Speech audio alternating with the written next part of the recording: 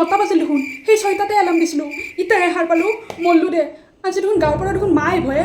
মায়ে যাবৰ পৰা না মই ঘৰ আহিছোঁ না ঘৰ মুচিছোঁ না কাপোৰ ধুইছোঁ না বাথৰুম চাফা কৰিছোঁ মায়ো এতিয়া 9টা বাজিল 9:30 দেখোন মায়ে দেখোন আহিয়ে পাব এখিনি সময়ত মই কি কাম কৰোঁ নাই মই সোনকালে মুখ হাত ধুই কেনে চব কাম কৰোঁ মুখ হাত ধুই ল'লোঁ দে এতিয়া ফাৰ্ষ্টতে কি কাম কৰোঁ ঘৰ সাৰোঁ না ঘৰ মুচোঁ না নহয় কাপোৰ নাংগে ঘৰ মুচোঁ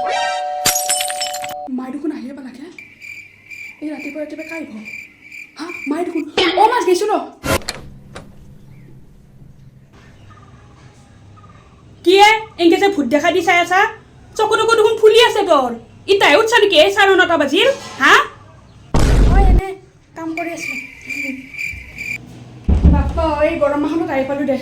মুনু যাচোন পানী এগিলাচ আনি যাচোন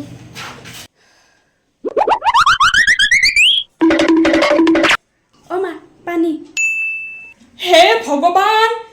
কি অৱস্থা কৰিলে মই এই 2 দিন নাকতে হা মানুহৰ ঘৰ না গোহালি এই অৱস্থা কষ্ট তই এই সব লেত্ৰা ইফালে মাকা জাল ইফালে কিবা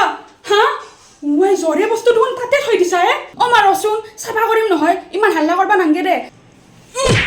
হ'ব আহি পালোঁ নহয় চাকেনি ইটো চব কাম চাকেনিয়ে কৰিম তই কৰিব দৰকাৰ নাই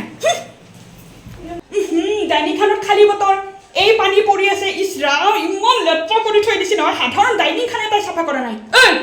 তই দেখা নাপাৱ ইমান যে লেত্ৰা হৈ আছে গোটেই দিনটো ফোন চাহ মহাৰাণী গোটেই দিনটো চিপছ কুৰকুৰি খাব খাই কেনে গোটেই মাহান পেকেট এই টেবুলৰ তলত থৈ দিব কিয় ডাষ্টবিন নাই পেলাবৰ কাৰণে ডাষ্টবিন নাই সেইখিনিও জ্ঞান দিব লাগে তই সেইখিনিও জ্ঞান দিব লাগে